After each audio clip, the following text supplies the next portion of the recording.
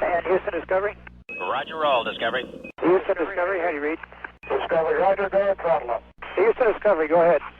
Discovery, go at throttle up. Discovery, Houston, we're still looking at it. Discovery, Roger, go for deploy.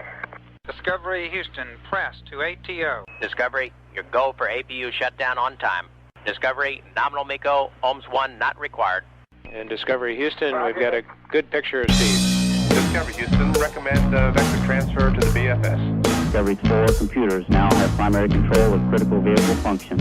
Discovery, Houston, 20 seconds to LOS TDRS. Roger, nice to be in orbit. We'll stop. Roger, we'll stop, Discovery. Welcome back. A great ending to the new beginning. Liftoff of mission 41D, the first flight of the orbiter Discovery, and the shuttle has cleared the tower.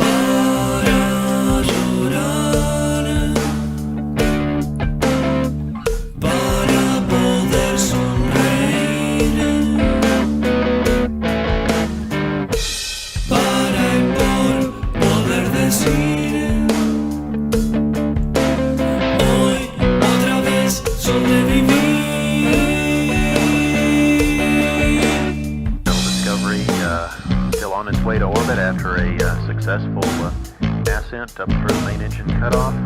3, 2, 1, 0. And liftoff. Liftoff. Americans return to space as Discovery clears the tower.